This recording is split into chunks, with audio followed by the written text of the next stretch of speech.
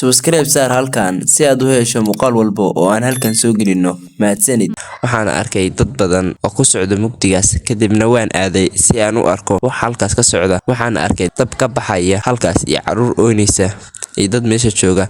Laakiin markii aan isiri si fiican u fiiri, wax ayaa madaxayga ku dhacay, waxaana ku dhacay dhulka, waxaana waayay miyirkayga. Intii aan meesha suxsanaa waxaan maqlay codad la yaab leh oo aan weligay maqlin. Cabaar ka bacdiina waxaan ka warhelay anigoo xaafadeeda jooga, saarana sariirteeda anigoo yaaban ayaa waxaan soo aaday dhankii hooyaday si aan u weydiiyo sida aan xaafadda ku imaaday. Markii aan u tagay hooyaday oo aan weydiiyay, waxay ii sheegtay inaan dhacay markii aan isbitaalka ka soo baxay kadibna ay xaafadda i keentay. Mar kale ayaan ku laabtay shaqadayda, waxaana u dhaqaaqay inaan dhammeeyo bukaankii argagaxa ahaa arrintiisa. Markii aan galay qolkiisa waxaan arkay isagoo ii soo eegaya si argagax leh. Adiga geedka shaqo kuma lihiin, haddii aad mar kale aadinna waxaa lagu dili doonaa sidii wiilkii nadiifiyaha ahaa ee isbitaalka nadiifin jiray. Markii aan maqlay hadalkaas waan argagaxay, maxaa yeelay indhihiisu waxay ahaayeen kuwo naxdin leh, codkiisuna wuxuu ahaa mid aan xalay ku riyooday, kaasoo ahaa mid cabsi ah. Waxaana dareemay neef igu soo laabanaysa, kadibna waxaan bilaabay inaan cabsi darteed la qayliyo. Kadibna waxaan eegay hareeraha. Markii aan eegay mar kale ayaana eegay hareeraha, balse bukaankii sidii ayuu weli ii soo fiirinayay anigoo la ordayay cabsi daraadeed. Waxaan isku dayay inaan shaqada sii wato si aan u ilaabo wixii ugu dhacay oo dhan, balse waxa i daba socday codadkii argagaxa ahaa. Habeenkii markii la gaaray waxaan ku qasbanaaday inaan seexdo isbitaalka maxaa yeelay waxay ahayd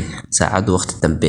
Kadibna waxaan aaday sariirteeda, waxaana dareemay qof aan garanayn oo ii soo dhawaanaya. Neefta ayaana igu yaraatay. Markii aan indhaha isku xiray waxaan arkay gacmo isku dayaya inay i ceejiyaan, kadibna waan fariistay anigoo cabsanaya ayaana si hoose u ooyay. Hawada ayaana daahyada shanqar u sameynaysay, daaqaduhuna marna way xirmayeen marna way furmayeen. Nalka qolkayguna wuu dansanaa, balse waxaan si lama filaan ah u arkay iftiin ka imaanaya xagga geedkii barxadda ku yaalay, waxaana ka yeerayay codad argagax leh. Waxaan xiiseynayay inaan aado geedkaas. Tallaabo kasta oo aan qaadana waxaan dareemayay sida in qof uu i tuurayo oo kale. Hawaduna waxay ii riixisay gadaal. Waxaana rabay inaan ka cararo qolkayga, laakiin albaabkii ayaa ii furmi waayay. Waxaana ku dhex wareegay jaranjarada isbitaalka anigoo raadinaya qol furan, laakiin ma jirin qol furan.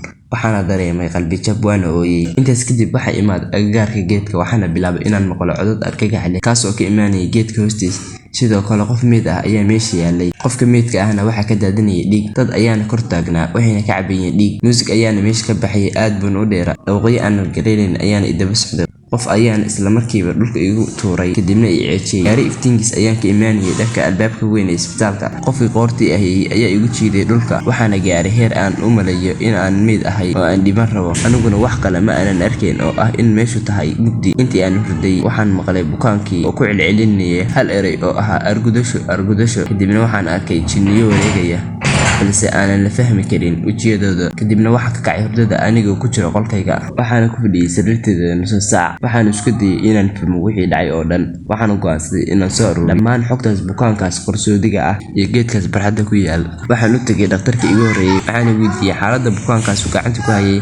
Markii aan xafiiskiisa galay waxaan arkay isagoo eegaya meel maran, xagaygana aanan u soo jeesanayn. Waan la hadlay, laakiin wax jawaab ma uusan i siin. Kadibna waxaan eegay wejigiisa, waana la yaabay sababtoo ah waa isla qofkii dhiiggiisa la cabayay markii aan riyoonayay. Si lama filaan ah ayuuna ila hadlay, wuxuuna yiraahday waqtigaagu dhow yahay ee iska sug. Hadalkaas markii aan maqlay argagax ayaa igu dhacay. Degdeg ah ayaana uga carray feelashii aan siday, waxaana raadsaday magaca bukaanka aan u adeegayo maanta. Feelkiisa ayaan akhriyay, waxaana la ii sheegay in bukaankan u socdo la jir dilay, sidoo kalena dab lagu gubay, si daranna loo garaacay, jirkiisuna qayb ka mid ah ay qurantay. Xaaladiisa ayaana si cad uga muuqatay feelka. Kadibna waxaan ka baxay xafiiskayga anigoo murugsan, waxaana rabay inaan xaqiijiyo inuu dhintay iyo inuu nool yahay.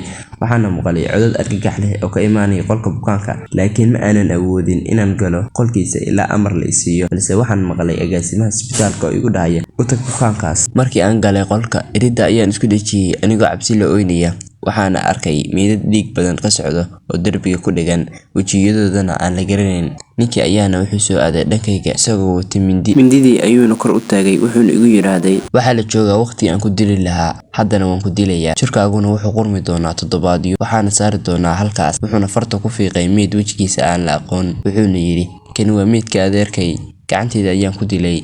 geeridiisa markii la ii sheegay waxaan ka qaaday shoog aad u daran, laakiin dhakhtarkan wuxuu i siiyay kiniiniyaal abuuraya muuqaal mala awaal ah si adeerkay ugu fududaato inuu aniga i dilo igana aarsado. Maalin kasta wuxuu ii diri jiray inaan qodo meel geed agtiisa ah, wuuna i dhibi jiray adeerkay. Adiguna xasuuso dhowr jeer ayaan kuu soo bandhigtay inaan ku guursado, adna waa diiday. Aniguna aad ayaan ku jeclaa, waxaana ahayd waxaadna ahayd rajada ugu dambeysay ee aan lahaa, laakiin waad khiyaantay. Maantana waa maalintii aan kaa aarsan lahaa. Wixii ugu dambeeyay ee aan dareemay waxay ahayd binti wejiga lagaga dhuftay. Dhiig kulul ayaana qoorta iga qabanayay. Kadibna waxaan ka toosay qolkayga, waxaana arkay agteyda oo ay yaalaan waraaqadihii shaqo ka ceerinta. Sababta lii ceerinayay ayaana lagu sheegay in bukaankii uu isdilay anigoo hortaagan, waxaana la igu eedeeyay inaan xakameyn karin bukaanka. Hadda aniga lafteeda ayaa la iga daaweeyaa dhinaca maskaxda, welina kamaana bixin naxdintaas aan naxay.